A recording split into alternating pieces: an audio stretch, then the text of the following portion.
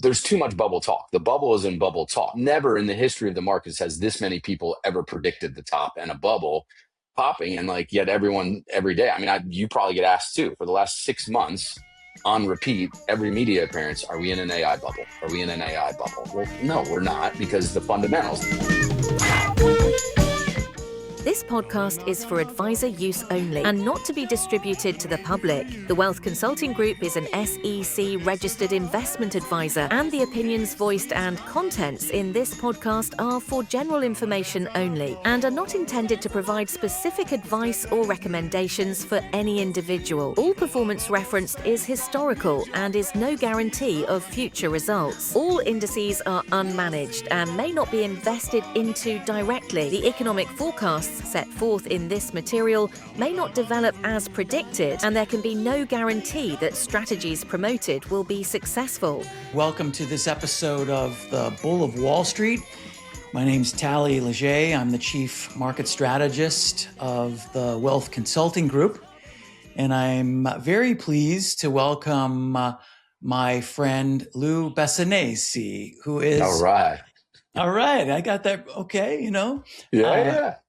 He's also a podcast host, which I was a guest on not that long ago. We're going to talk about that, The Big Skinny. But Lou, welcome to the show, man. Thank you for having me. I'm glad it's called the Bull of Wall Street, because I'd be out of here if it was the bear.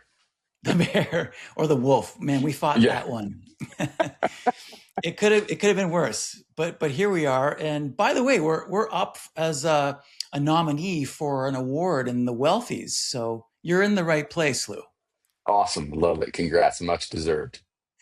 Thanks. So I want to get right into Iran because of the news that we got overnight. And I'll reach back to our conversation over a month ago on your podcast. And I think at the time we shared similar views, and that was basically short oil, energy, long consumer discretionary. That worked very well up until yesterday.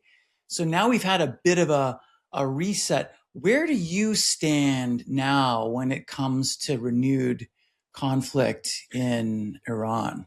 Yeah, I've been saying all along, we've had a term sheet, but not a signed deal. And, like we know on Wall Street, a term sheet's not done. And I was worried about this. A 60-day kind of pause to see if we can get to an agreement means there's too much room for something to go wrong. And look, we've dealt with this in China with trade deals. Why would we think it would be any different with Iran, who we've had, a 47-year saga going back and forth that we'd run into some difficulty. So I think for me, constructively, I think the market and the world knows we're going to get to an eventual peace deal. What the structure looks like exactly is to be determined. And I think it's sad to say it, we've gotten used to this volatility, right? So, short oil, long consumer discretionary going into peace. And now we see this huge rally today in oil. I think you got to own a piece of both, candidly. I don't think inflation's really going to be problematic or systemic in the back half of the year. I think if it was, I think you'd see us back over $100 a barrel very quickly, and we're just not there yet. So yeah, still constructive on the consumer. No one's ever won betting against this consumer outside of just the great financial crisis for a couple quarters in a row. So I don't think you want to get very bearish on that. And I haven't seen, you tell me, but I haven't seen any data points that scream recession. Consumer spending is about to implode. They're resilient. I wouldn't say it's robust for consumer spending. So, but then inflation, I think it's going to wane, right? We're not back on target. I don't think we'll get there this year. Candidly, I don't think the Fed ever gets there. They always overshoot it. So I think we're probably in an interest rate world where it stays the same for a lot longer.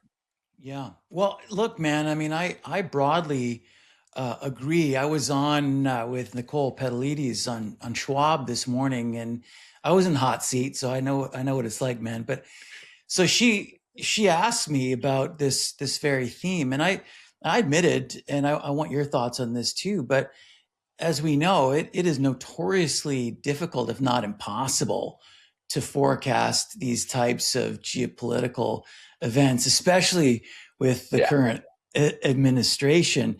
But having said all of that, look, I've got this reliable, decades-long buy on the sound of cannons playbook. And that worked very well for Yeah. us in February, March. And I have no reason to believe why it would be different this time. I mean, what do you think? No, I totally agree. I mean, like the data is overwhelmingly in favor of the buy on the cannons. I think the average pullback is somewhere in 7 to 10% every time there's an outbreak of conflict, and within 30 days, most times the S&P 500 has made all that back and then some, and it goes on to rally in the aftermath of that. So, I think just the straightforward buy the dip on the cannons makes sense. If you look at it in a more tactical sector way, then yeah, you get defense stocks. You would think have a great run on conflict outbreaking, but ironically they don't. I mean, it's like a 1 or 2 day pop and then they kind of settle in. So I don't think you want to get super sector specific. I think you buy more of what you already own on the dip and are thankful for that opportunity. I mean, right now, chips, right? Selling off before this happened. I think that's a great buying opportunity too. I don't think it'll be different this time for chips. We've seen price volatility in the stocks, but not any volatility in demand for chips, which has always set up this rebound trade. So I think both for the broad market and for the chip sector, these are buying opportunities. I've been very constructive there, adding to my positions as this happens.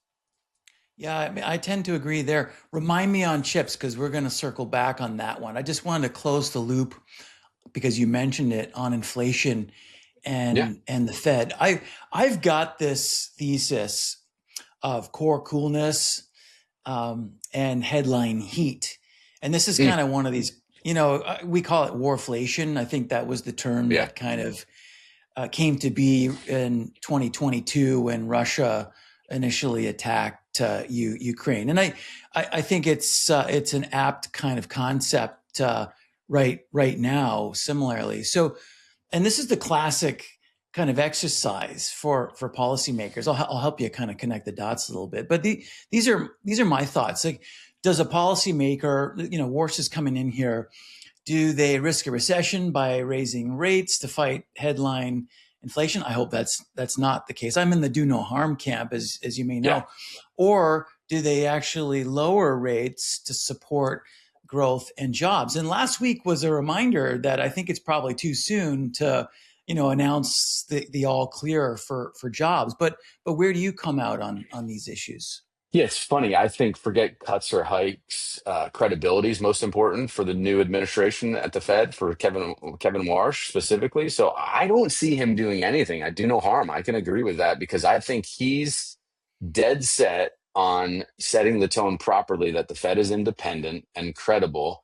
And we just don't have the data that's clear cut for him to go one way or the other. I mean, you mentioned the jobs report. We had 3 great months of job prints after 10 months of what I would say is bipolar job numbers. If you remember, most of 2025 was up 1 month, down the next, up 1 month, down the next.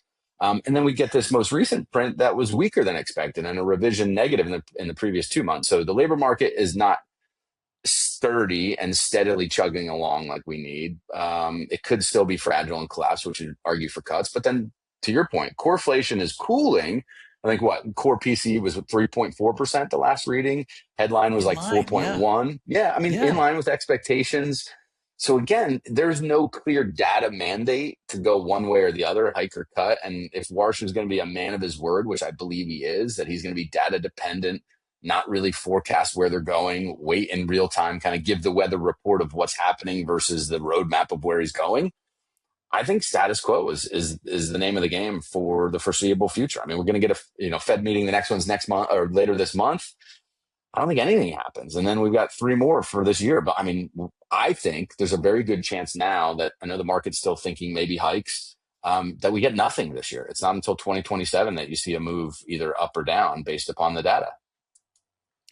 I think that's fair. And I mean, you know what I'm going to say. I think that the bond market is the ultimate judge of all Yeah, these forces. And with the 10-year break even at what, 2.2, pretty calm, cool, and yeah, collected, wouldn't you say? And I mean, I estimate, I like to try and quantify these things in my models, but a 10-year treasury of around 4.5, or, I think it's what, maybe not even 4.6. That's about fair valued. So personally, I like rates right about where they are. So I tend to agree with you there. Yeah, no, I agree too. And I think the thing that gets lost in this conversation around the markets is it's been a while since we've had interest rates in this range where it's a fair yield, right? I mean, it's kind of a little bit above inflation here and there. I mean, investors are getting a decent return versus, the decade plus of no yield on savings. So, I think it keeps this market very constructive. I mean, I'm pointing to the fact that, look at where the S&P 500 valuation is now. We're back to where below where we started the year because earnings have been so Great strong. point. So, I just don't think there's any signal or data point. The bond market's not screaming anything to be worried about. The stock market candidly isn't based upon earnings growth or valuations, which are the two that I'm always kind of trying Occam's razor hone in on, right? Let's keep it simple. Is the price over, the valuation stretch or the earnings growth waning? And I just don't see either of it. Well, so that's a kind of a perfect segue because I wanted to circle back on semiconductors because you're known also for being a pro at innovation as a general theme. But look, I understand the anxiety here. We've got this kind of risk shedding event and kind of wringing out of the excess in the very crowded semiconductor momentum trade. And I did point to that as a risk some weeks Yeah. ago. And you're never really sure about the timing of these events, but this certainly seems to be the aftermath of that kind of cautionary observation. But I come back to the bubble metaphor, which I think is flawed. And I hear so many people using it because to me, and I want to hear your take on this, but it implies that stocks in general, semiconductors in particular, are supported by nothing but air. But Yeah. in this cycle, they are supported by the fundamentals, whether it's revenues, margins, or earnings. That is not a bubble by definition. And so it's kind of getting to the point where I would I would consider re-engaging the semis if this gets really nasty, because you've got intrinsic underlying fundamentals, and if the stocks keep getting cheaper, where do you Yeah. come out on this? I could talk for No, hours. I do too. I mean, there's a lot of angles to attack this from that I think all land on the bull case over time or being constructive buyer of the dips. And the first one is just getting to the point that there's too much bubble talk. The bubble is in bubble talk, right? No, not never in the history of the markets has this many people ever predicted the top and a bubble popping, and like yet everyone every day. I mean, you probably get asked too for the last 6 months on repeat, every media appearance, are we in an AI bubble? Are we in an AI bubble? Well, no, we're not, because the fundamentals. Now I move to the second layers. You said it. I mean, earnings growth, fundamentals, revenue growth, margin growth. I mean, look at Micron's last print. They printed Mhm. gross margins north of 85% when everyone thought the top was 82%, and that, Nvidia was the bellwether there, and they did better than that.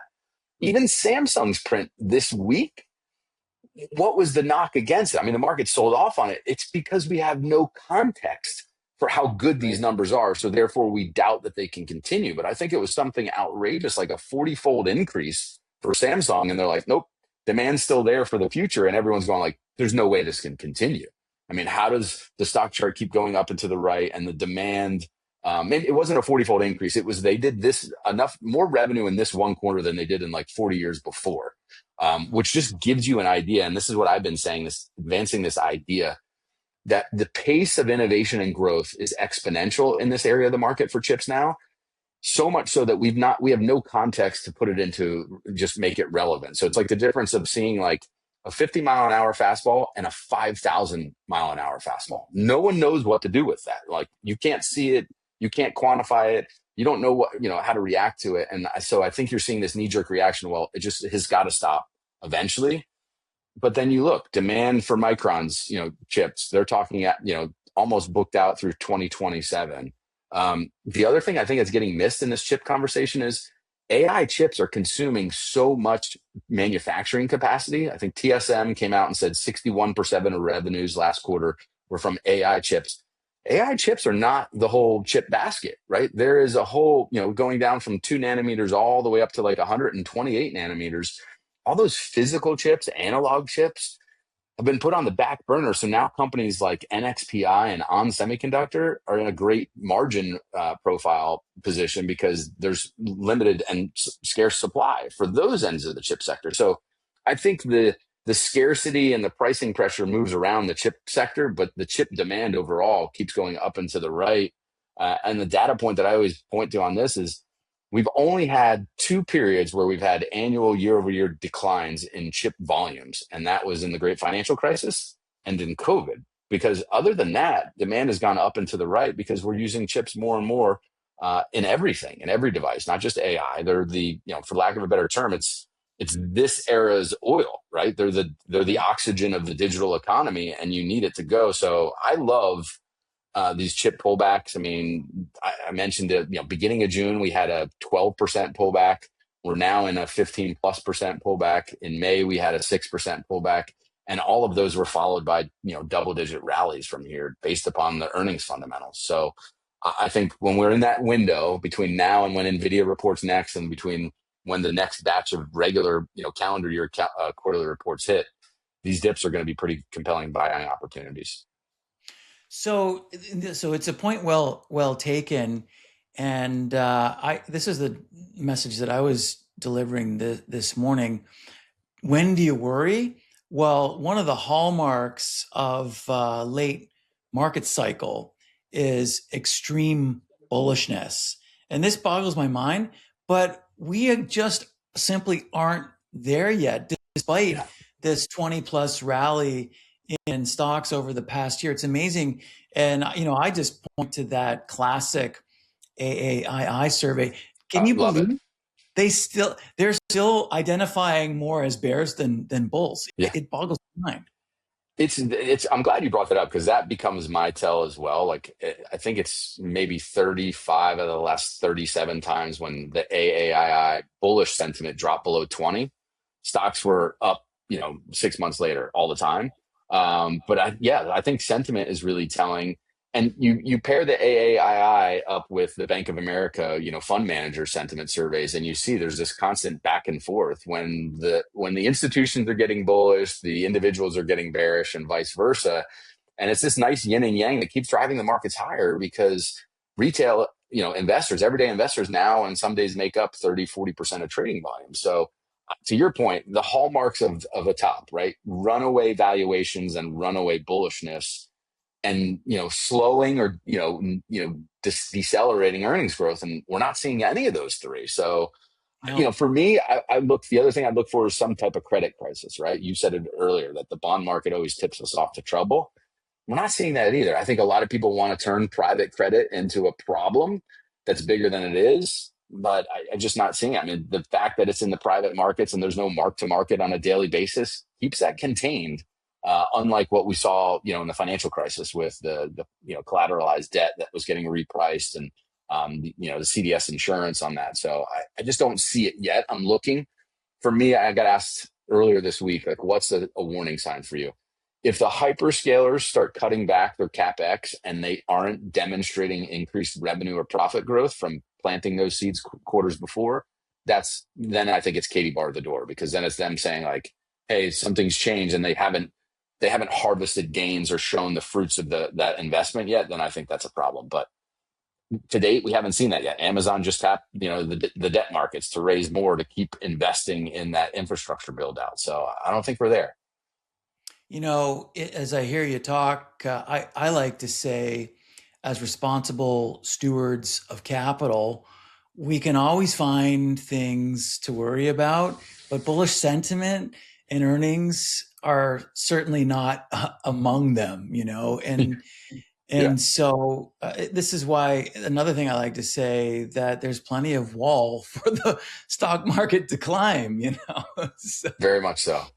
Very much. And I look, the average, even if we look at just duration of bull markets, if you ignore the fact that stocks are cheap and that earnings are growing, the other argument I think some bears come around is like, well, this has been such a great bull market. It's lasted, 1,300 days roughly. Now the median and the average is actually another 200-300 days longer than this. So we're not even long in the tooth for a bull market where you can say, like, just based upon history, even if we say it's not different this time because of AI, we still have room to run. yeah. Well, one thing that has surprised me if I were to be self-critical, and we kind of over finesse the details sometimes, but when looking at the Mag 7, I'm hearing Lag 7. Yeah. I mean, look, the fundamentals are still very robust, and the valuations are the best that they have been in years. To me, those two are not criteria for such a deeply underperforming group of stocks. But having said that, the tech enablement thesis that I've been kind of espousing or communicating for the past 2 or 3 years, and I want to hear your take on this one, seems to be working amidst all the anxiety pretty well. Looking beyond technology, and that view was, and I think it remains the case, that tech itself would enable a broader market through Yeah. efficiency and productivity and margin expansion, and we do see that on the cross-sectional sector data. But it's nice to see things like small caps leading the charge and smaller Yeah. large caps breaking out to new highs. Where do you stand on the SMID caps? Yeah, no, I love mid cap. Was banging the table early, which meant I was wrong on small caps, going back to last year. But we've gone through a cycle of 11 years of underperformance versus large caps. I thought it was primed for outperformance on the back half of some of these tax cuts and just domestic focus, and we're seeing that, right? We're seeing the leadership. You said, from Mag 7 to Lag 7. I think we might get into Drag 7, where they're actually pulling some of it down eventually, but it doesn't matter because you're seeing those other 493 names in the S&P 500 really broaden out their earnings growth. I think there was a stat that I saw in the last week. It was maybe Bank of America or Goldman was showing the earnings revisions by sector, net positive revisions versus negative revisions. And it was across every sector except one or two. So it's not just tech enablement. I'd argue like the next version of tech enablement is everything is a tech stock. Because if you're not a tech company by nature, you're still using tech all across your operations. I mean, even the physical industrial companies are using AI to run the back office and to run, their workforce. And so I think that tech is definitely broadening out. And so I look at small mid cap leadership right now, micro caps even catching a bid too.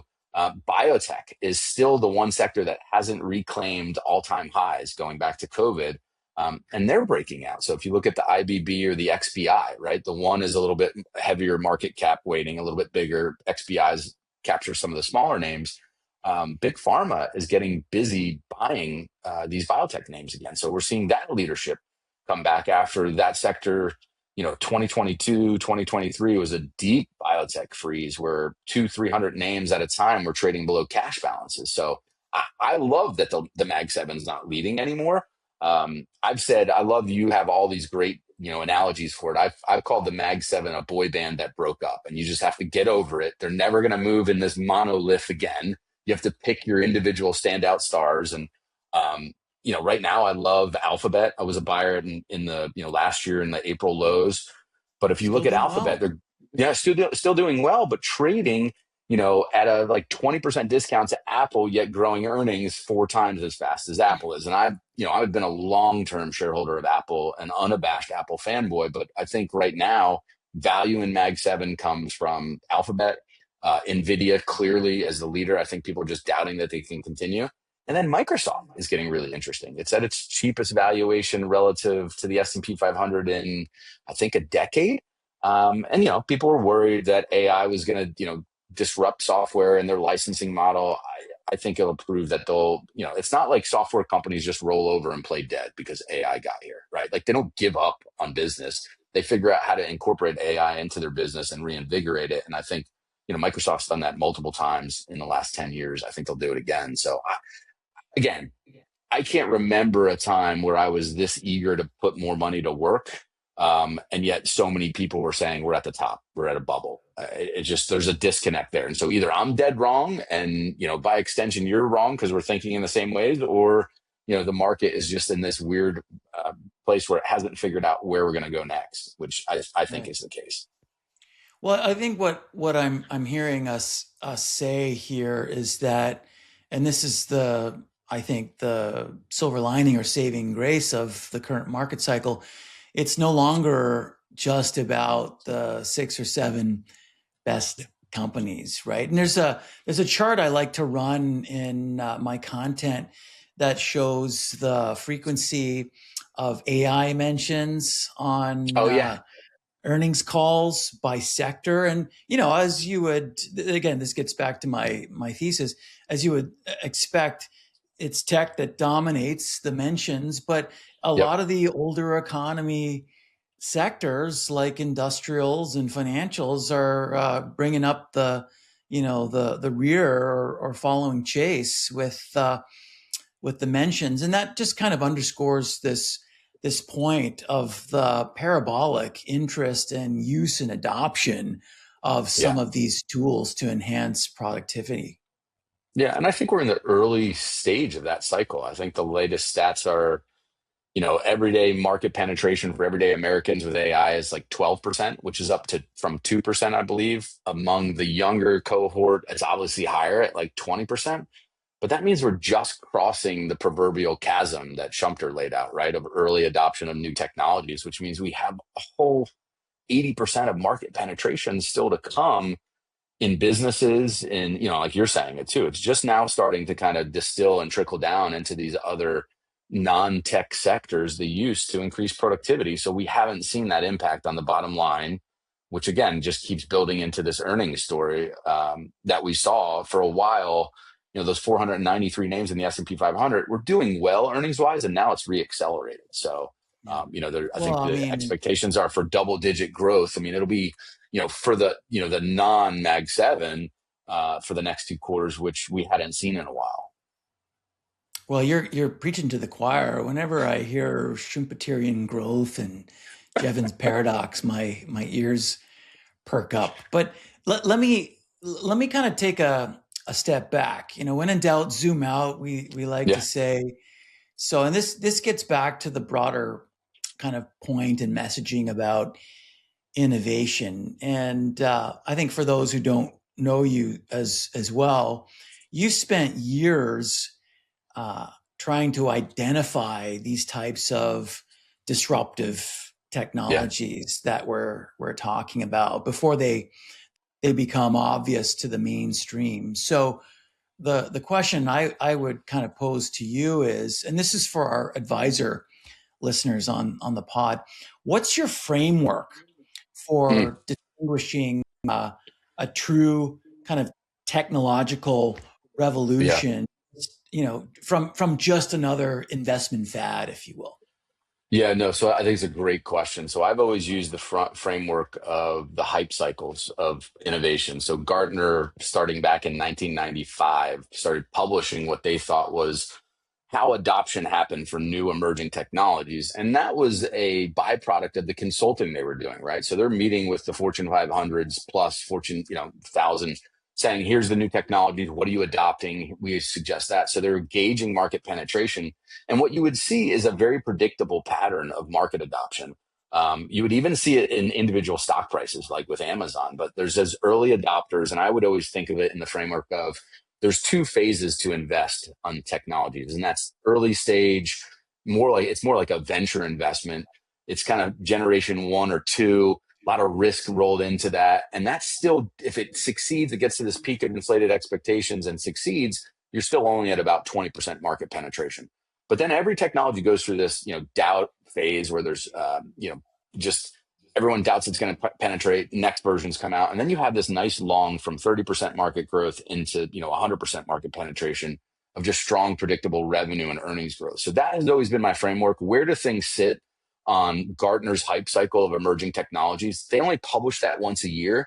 But then this amazing thing came out called Google Trends, right? Where you can track in real time the information, the similar things. Like, let me punch in Bitcoin, right? If you tracked the price of Bitcoin and searches for Bitcoin globally, there's this wonderful, strong, positive correlation, almost a 1-to-1.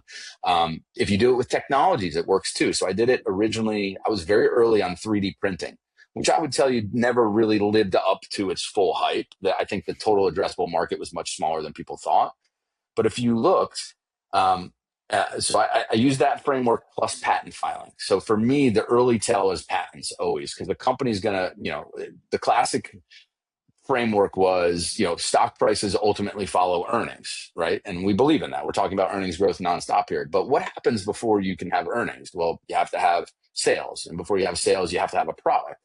Well, nowadays in this hyper competitive market, before you can have a product, you have to have patents. So for me, the patents were always the early indicator. Watch where Apple and Alphabet and the big pharmas were filing a ton of patents, because that's would tell you where they're going. The classic Wayne Gretzky quote, go where the puck's going, not where it is. And then you track it with the Google Trends data or the emerging hype cycle to see where's penetration happening. And that's led me very reliably to a lot of big trends: 3D printing, robotics, automation, even AI. I mean, the things that we're doing in AI now and chip innovation really started showing up. We called it machine learning before, right? Or, Yeah. precision software. So I think those frameworks are helpful for people to understand. It takes time. If you're an advisor and you are late to the automation thing, it's okay. You're not really late. You're just figuring it out in that 20 to 30% range. And so there's a lot of opportunity still to play those and invest in those trends and those themes. And then I would always overlay that framework with, when I thought something was going to get really big, the evidence was there, to look for an ETF that would give you exposure to the theme, and then look for individual names after that, right? So, because early on, it's hard to predict the winners and losers in any new tech trend. So I think you want to be, more now than ever, you can get positioned in a thematic ETF, and then you dig in and find the standout, the dislocated valuations for individual names that provide even more upside. So hopefully that was Gartner hype helpful. cycle. Yeah. Yeah, well, no, I like it. Gartner hype cycle.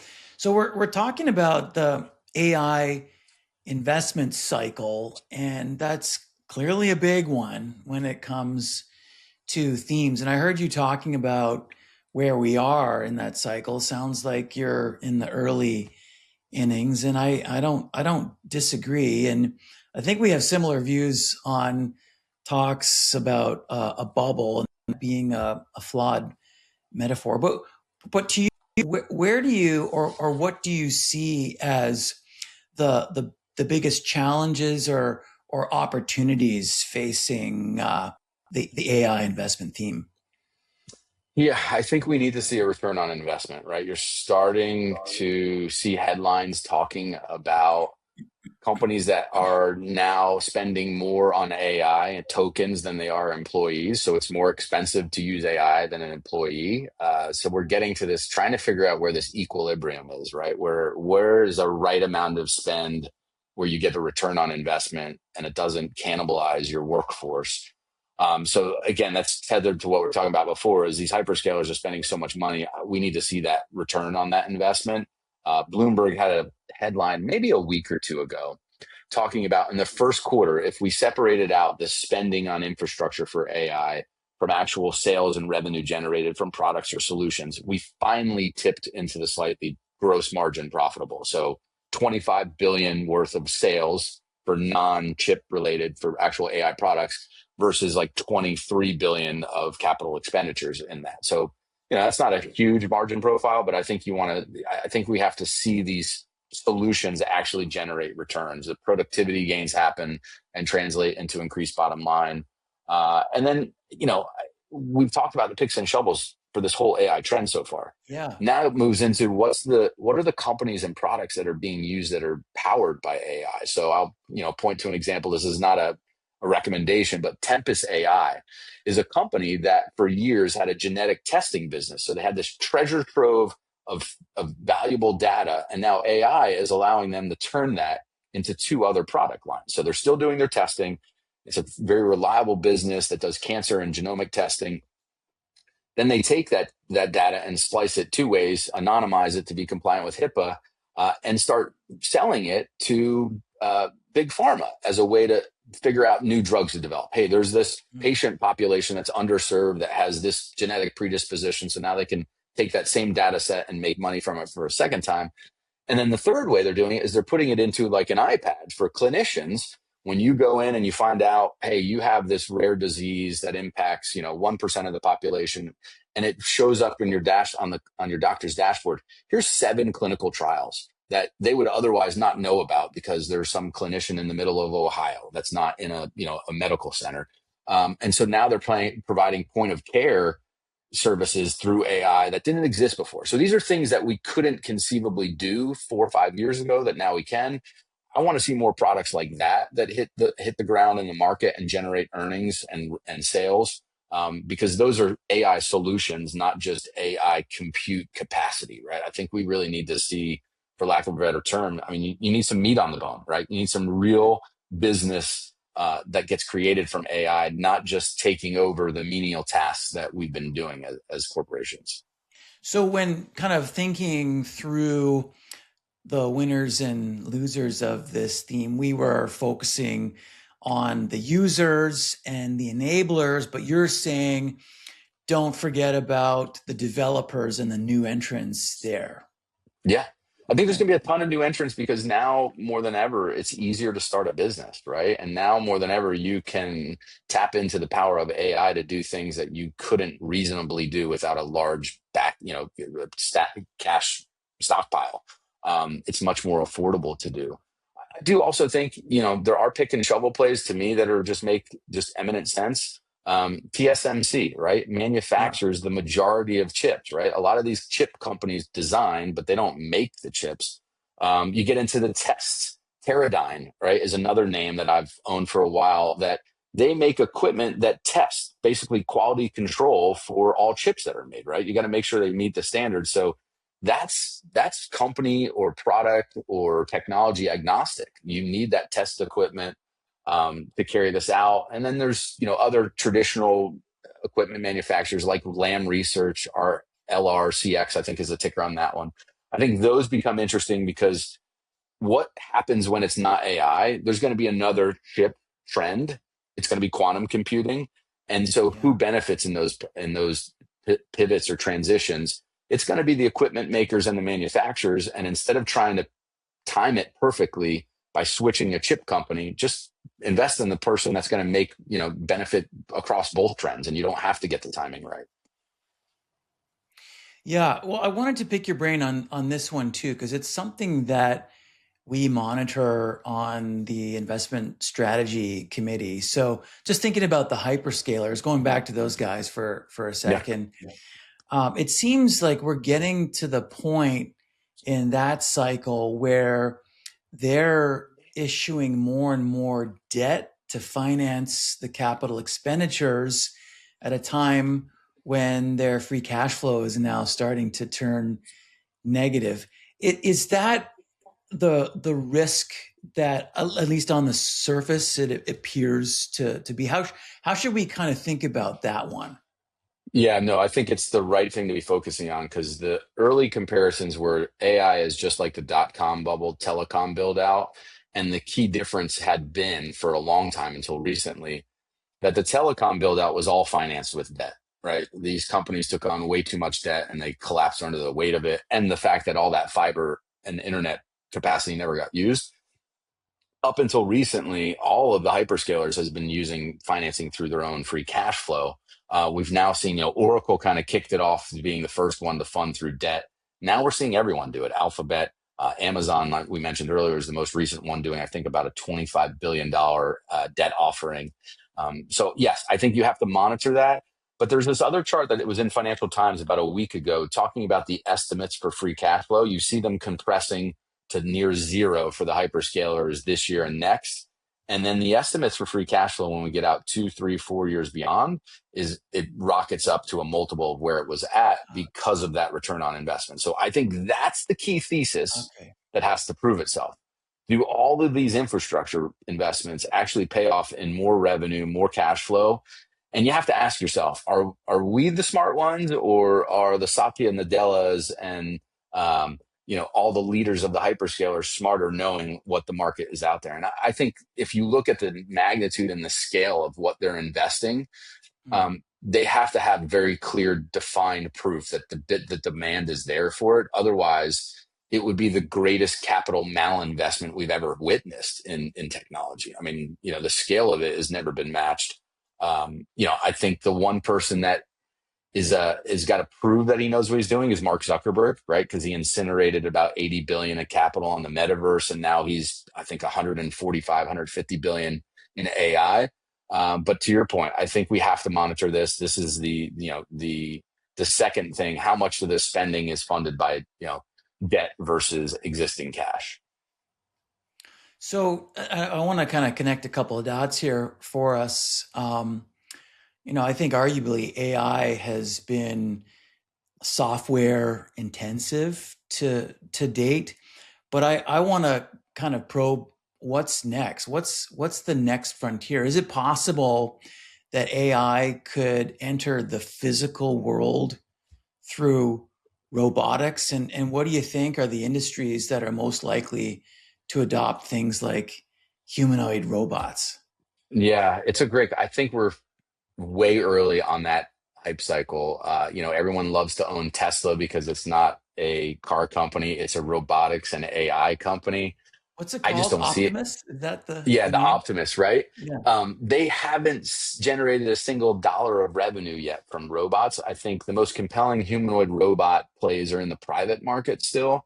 I think that's definitely going to happen. But I'll point to you like this. Do you remember when you first started using biometrics as just kind of everyday common times, right? It was with this device, right? Yes. An Yeah. iPhone, right?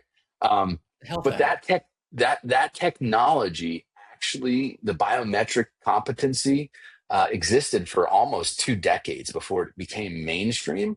And I think we're going to see a similar rollout with robotics. It's going to be very slow and staggered until there's a convergence where it makes sense. And I just don't know that we're there yet. I mean, Amazon's been using robots in its warehouses for a decade plus. They have 1 million robots that are there. That makes sense, that use case.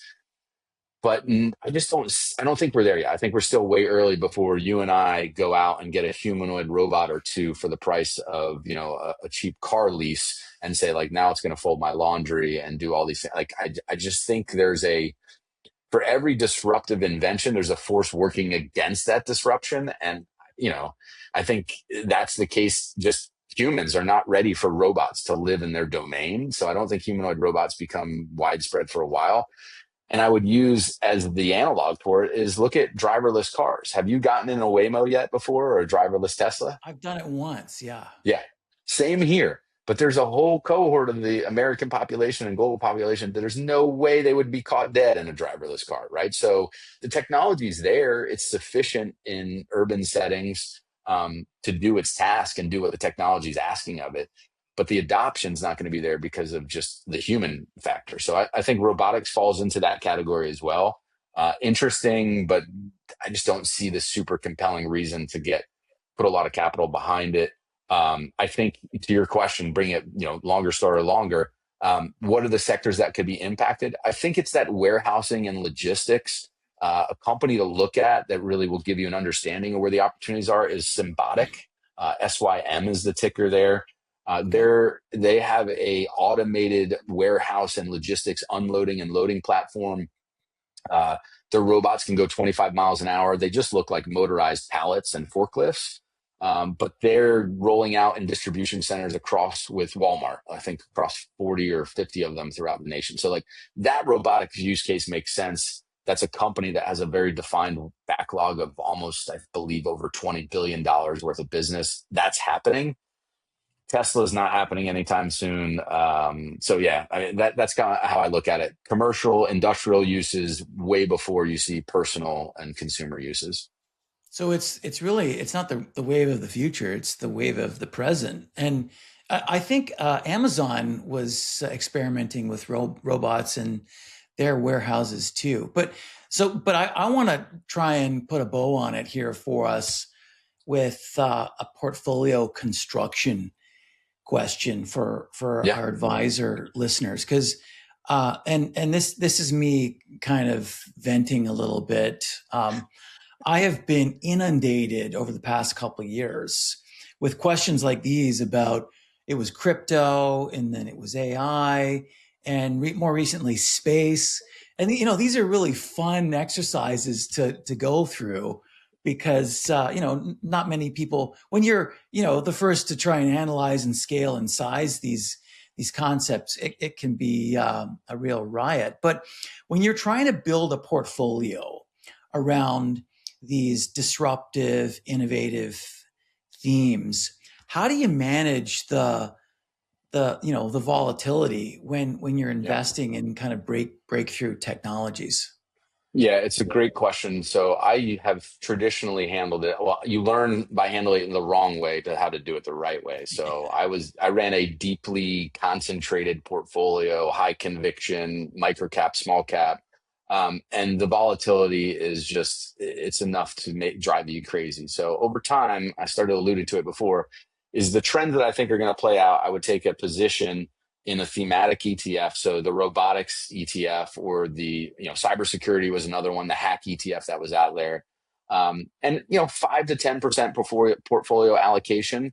And then I would look for individual names that would be maybe a 1 or 2% position size. And have managed it from that way. So I would tell you that 70, at any given time, 60 to 70% of my portfolio is asset allocated, long-term invested, some tactical allocations to themes, but broadly, large cap, small cap, mid cap, some international, small exposure to alternatives like cryptocurrencies, precious metals. But then the other 20 to 30% would be in these smaller bets that I could hold on to for longer, knowing like, hey, this is a 2% allocation to a compelling mid to large cap biotech that's going to be, the success is going to be determined on, do they get a single drug or two drugs from phase 2 to phase 3 and approval, right? That's very binary.